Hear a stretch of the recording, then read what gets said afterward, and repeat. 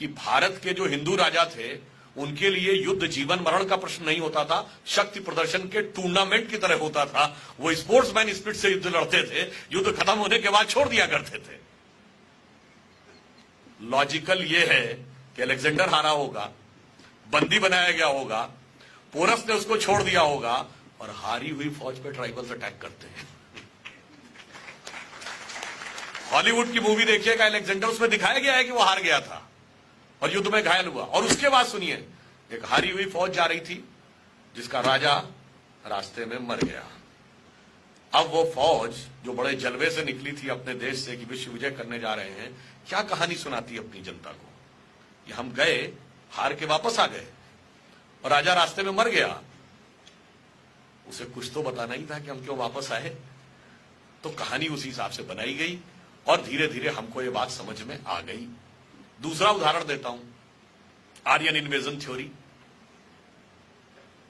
Aryan invasion theory कब आई? 1850 के आसपास। क्यों आई 1850 के आसपास? Sanskrit is the mother of all the languages, ये कहने वाला कोई हिंदुस्तानी नहीं था, सर विलियम जोन्स थे, जो कि ये कलकत्ता हाई कोर्ट के जज थे ब्रिटिश टाइम में, जिन्होंने royal Asiatic society of Bengal बनाई। पर उन्होंने ये सिद्ध कब किया? 1780 और 90 के आसपास। अब ये फॉरेनर्स के लिए बहुत बड़ा झटका था कि आप तो हुकूमत कर रहे हैं और आप जिसको गुलाम बना के बैठे हुए हैं उसकी लैंग्वेज की सुपीरियरिटी आपसे ज्यादा है। फिर उन्होंने कहा भारत एक देश था ही नहीं कभी, इट वाज नेवर एक यूनाइटेड कंट्री। तो 1837 में जेम्स प्रिंसेप ने अशोक का साम्राज्य खोज लिया। अब ये पता चला कि इतना बड़ा एंशिएंट एम्पायर था, बर्मा से लेके और अफगानिस्तान तक, एरिया में यूरोप के बराबर, आबादी में यूरोप से डबल, इजिप्ट से लेके जापान तक उसका इंपैक्ट था। तो अब क्या करें?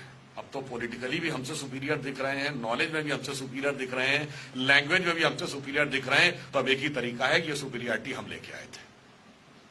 और वहां से आर्यन इन्वेजन थ्योरी आकर खड़ी हो गई। तीसरी फॉल्ट लाइन हमारे यहां बनाई जाती है, दलित समाज को स्थान नहीं दिया जाता था, उनके साथ बहुत भेदभाव किया जाता था।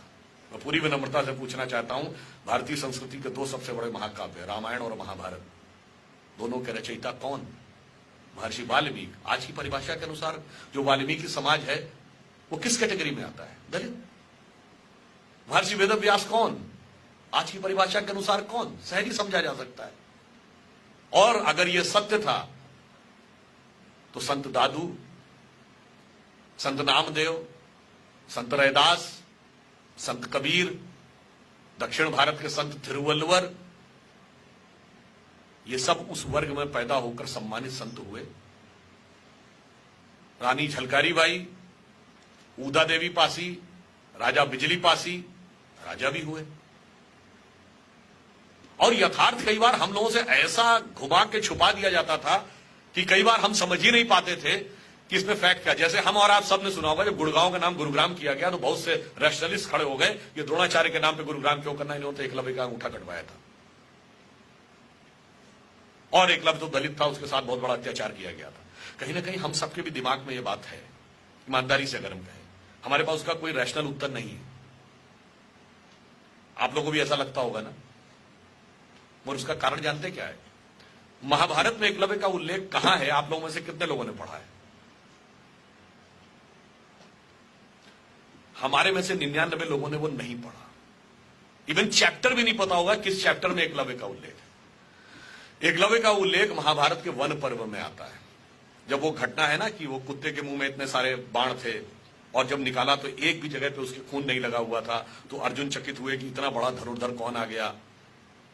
तो वो एकलव्य प्रकट होता है और द्रोणाचार्य उससे पूछते हैं तुम्हें तुम्हारा गुरु कौन है? तो वो कहते हैं आप ही है मेरे गुरु। उन्होंने कहा मैंने तो तुम्हें देखा नहीं, मैंने तो कभी जाना नहीं, तुम गुरु कैसे हो गए? एकलव्य तुम अपना, वो पूछते हैं बालक तुम अपना परिचय दो। तो एकलव्य कहता है मैं मगध नरेश जरासंध के प्रधान सेनापति हिरण्य धनु का पुत्र Eklavya. He was the son of the chief of the arm forces of Magadh. अब दो में से एक बात मान लीजिए, जो कहते हैं या तो मान लीजिए कि दलित कमांडर इन चीफ होते थे या एकलव्य दलित नहीं था, और दोनों ही नहीं मानेंगे और दोनों ही बातों को अपने अपने हिसाब से प्रयोग करेंगे। और वहां पर उल्लेख ये नहीं है कि तीर चलाने से किसी को रोकना है। तीर तो भील भी चलाते थे। याद करिए महाभारत के अंतिम समय में, पुरुष बलि नहीं हो तो समय हो तो बलवान, भीलन लूटी गोपिका सोई अर्जुन सोई बान। बात यह थी कि दिव्य अस्त्र यानी डिवाइन वेपन्स, वो चलाने का अधिकार किसके पास होना चाहिए? Chief of the arm forces के पास होना चाहिए क्या? एटम बम रहता तो पोजीशन में आर्म फोर्सेस के है, न्यूक्लियर बटन किसके पास रहता है? Chief of the arm forces के पास नहीं, किसके पास रहता है? प्राइम मिनिस्टर के पास। तो दिव्य अस्त्र का संधान सिर्फ राजा करेगा, यह सिद्धांत है। And it has to be ensured that alone and alone commander-in-chief should not have authority to execute that type of weapon. It has to be ensured. तो वो उसका प्रतीक था। चलिए, अन्याय होगा, उसको प्रस्तुत किया गया अन्याय होने के रूप में। फिर द्रोणाचार्य की डेथ कैसे हुई? जब द्रोणाचार्य को अपने पुत्र अश्वत्थामा के मृत्यु का समाचार मिलता तो उन्होंने सारे अस्त्र शस्त्र सिखाए थे, उन्हें क्रोध आता है, अभी लो ब्रह्मास्त्र का संधान करता हूं, खत्म करता हूं पांडवों की सेना। जैसे ही वो संधान करते हैं तो भरद्वाज ऋषि समेत उनके पूर्वज प्रकट होकर कहते हैं, क्या कर रहे हैं भाई, ये मर्यादा का अतिक्रमण है। You are not the owner and executor of this knowledge, you are the trustee of this knowledge. Like atom bomb बनाता कौन है? डीआरडीओ। टेक्नोलॉजी किसके पास है? डीआरडीओ के पास। चलाने का अधिकार किसके पास होगा? प्राइम मिनिस्टर के पास। Cabinet committee on securities will take a decision when it is to be used. The same thing was there. Dronacharya was DRDO. Eklavya was chief of the armed forces. But it has to be ensured that the nuclear button should always remain with the king. अब द्रोणाचार्य को लगता है कि अब अगर मैंने संधान नहीं किया तो पुत्र के मृत्यु का बदला नहीं ले सकता, और किया तो मर्यादा का हनन होता है। तो वो मर्यादा का हनन नहीं करते हैं, निराश होकर सारे अस्त्र शस्त्र छोड़कर जमीन पर बैठ जाते हैं और उनका सर काट दिया जाता है। So the fundamental principle is कि दिव्य अस्त्रों का संधान सिर्फ हेड ऑफ द स्टेट करेगा। इसके अनुपालन के लिए यदि एकलव्य का अंगूठा कटा तो उसी के अनुपालन के लिए द्रोणाचार्य का सर कटा।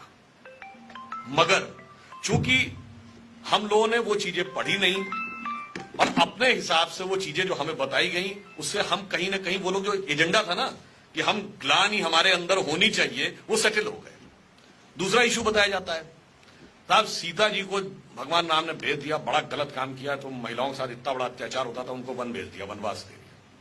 ठीक है साहब, सीता जी को तो वनवास भगवान राम ने भेजा, ये राम को वनवास किसने भेजा था? कैकेयी ने भेजा था ना। अब बताइए, दुनिया किसी वर्ल्ड की किसी कल्चर में एक वुमेन की इतनी पावर थी कि राजा को अपना डिसीजन बदलना पड़े, सौतेला बेटा उसकी वजह से जंगल में जाने को तैयार हो जाए, और राजा दशरथ ने पुत्र भी छोड़ा और प्राण भी छोड़े। एक कहावत है ना, प्राणन ते सुत अधिक है और सुत ते अधिक परान, और ते दोनों दशरथ तजे वचन न दी हो जान। यानी लोग कहते हैं ना, सबसे ज्यादा प्यारा क्या होता है, प्राण या बेटा, और वो दोनों ही उन्होंने छोड़े मगर वचन नहीं छोड़ा। ये पक्ष नहीं बताया जाता है, क्योंकि माता पिता कहने में मां बेटा तो कोई ना कोई किसी का होगा, वर्ग नहीं है जिसमें डिवीजन किया जा सके। द्रौपदी को जुए पे लगा दिया है तो बहुत गलत बात थी, उससे पहले 5 भाइयों को भी तो जुए पे लगाया। बताइए, हस्बैंड वाइफ का एक दूसरे ज्यादा हक है या भाइयों का? मगर भाई भाई को नहीं बना सकते, तो भाई भाई कोई ग्रुप नहीं है समाज में। मैं किसी का भाई हूं, कोई मेरा भाई है, पर स्त्री पुरुष 2 वर्ग है, इसमें टकराहट पैदा करो, जितना टकराहट पैदा कर सको। और ध्यान नहीं रहता होगा बहुत सी चीजों में, रामायण और महाभारत दोनों का अंत कहां पे होता है? रामायण का अंत भगवान राम के राज्याभिषेक पे नहीं होता। जब अश्वमेध यज्ञ का घोड़ा लवकुश पकड़ लेते हैं, भगवान राम की सारी सेना को परास्त कर देते हैं, भगवान राम स्वयं युद्ध करने के लिए आते हैं, तब सीता माता आके कहती हैं, युद्ध मत करो, ये तुम्हारे पिता हैं। तब भगवान राम अपनी गलती पर पश्चाताप करते हैं, उनसे कहते हैं कि आप वापस चलिए। सीता जी नहीं जाती हैं और धरती में समा जाती हैं। This is the end point of Ramayan. And end point of Mahabharat क्या है? युधिष्ठिर के राज्याभिषेक से नहीं, न यादवी वंश के समाप्त होने से। भगवान कृष्ण की मृत्यु द्वारका में बहेलिये के द्वारा तीर लगने से क्यों हुई थी? गांधारी के श्राप से, कि जैसे मेरे पुत्र की मृत्यु हुई ऐसे ही तुम्हारी मृत्यु होगी। इसका अर्थ क्या हुआ? दोनों ही महाकाव्य ईश्वरी शक्तियों की आसुरी शक्तियों पर विजय पर समाप्त नहीं हो रहे हैं, ईश्वर के ईश्वरत्व पर स्त्री के सतीत्व की विजय पर समाप्त हो रहे हैं। मगर इसके बावजूद हमें दूसरे ढंग से बताया गया। मैं सिर्फ ये कहना चाहूंगा, जितने भी फॉल्ट लाइंस हैं, आप थोड़ा थोड़ा एनालिसिस, इसमें मैंने आपको कोई भी ऐसी चीज नहीं बताई जो आप सबको नहीं पता थी। केवल यह है कि हमने उसका कनेक्शन नहीं स्टैब्लिश किया था। कनेक्शन स्टैब्लिश करिए, एवरीथिंग विल बी क्लियर। और मैं सिर्फ ये कहना चाहता हूं अंत में, परिवर्तन का काल चल रहा है और परिवर्तन का दिशा निर्देश उंगली करती है। उंगली को सही ढंग से प्रयोग करेंगे तो सही दिशा में देश जाएगा। और यह भी आप तय मान लीजिए कि ये डिसाइडेड है, this is decided by destiny कि ये होना है। आप कहेंगे कैसे मान ले जी? मैं आपसे पूछता हूं, 1 जनवरी 1901 को जब इस देश में सूरज उगा तो इस देश में किसकी सरकार थी? अंग्रेज की। 1 जनवरी 1951 को किसकी सरकार थी? कांग्रेस की। और 1 जनवरी सन 2001 को जब 21वीं सदी के पहले सूरज की पहली किरण इस धरती पर पड़ी तो किसकी सरकार थी? अटल जी के नेतृत्व में हमारी सरकार थी। और अगले दशक में मोदी जी के नेतृत्व में स्पष्ट बहुमत आया। इसका मतलब क्या हुआ? यह नियति का संकेत है। This is the design of destiny. जिस तरफ हम जा रहे हैं, जो मैंने पहले कहा था, हर 20 साल में बदल रहा है। अब आप ये समझ लीजिए कि भगवान कृष्ण ने भी जब गीता में पूरा उपदेश दे दिया था, उसके बाद भी अर्जुन को कॉन्फिडेंस नहीं आया था। जब तक भगवान ने विराट रूप दिखाकर कहा, देखो ये तय है, ये होना है और तुम्हें राज करना और इन्हें जमीन पे पड़े होना है। तो अर्जुन ने कहा, महाराज जब ये तय ही है तो फिर काहे बात का खून खराबा करना? आप पलक झपकाइए और ये सिंहासन पे मैं बैठा हूंगा, ये जमीन पे पड़े होंगे। तो भगवान कृष्ण ने कहा, देखो तय तो है, मगर मिलेगा कर्म के सिद्धांत के अनुसार, हम उसे बदल नहीं सकते। इसलिए डेस्टिनी तय है, बदलना तय है। बस आपको उतना काम करना है, जैसे आपके मोबाइल में कोई गीत रिकॉर्डेड है तो बजना तो उसका तय है, बस एक बार पुश बटन यूं करना है और आप देखिए उसके बाद बजना शुरू हो जाता है। इसलिए अंत में कहते हुए अपनी बात समाप्त करूंगा कि India is considered as the youngest nation in the world. This is truth, but this is half truth. The full truth is that we are youngest nation and the oldest civilization. We are having a promising future and the golden past. And it is only India which can give the solution to the entire world for all when it is called the clash of civilizations. We are the only having capability to give a coherence in the various clashes because we are having capability to create coherence in the divergent issues. इसलिए मैं सिर्फ ये कह के समाप्त करूंगा कि गौरवशाली था भूत, भविष्यत भी महान है। गौरवशाली था भूत, भविष्यत भी महान है, अगर संभालें आप उसे जो वर्तमान है। धन्यवाद।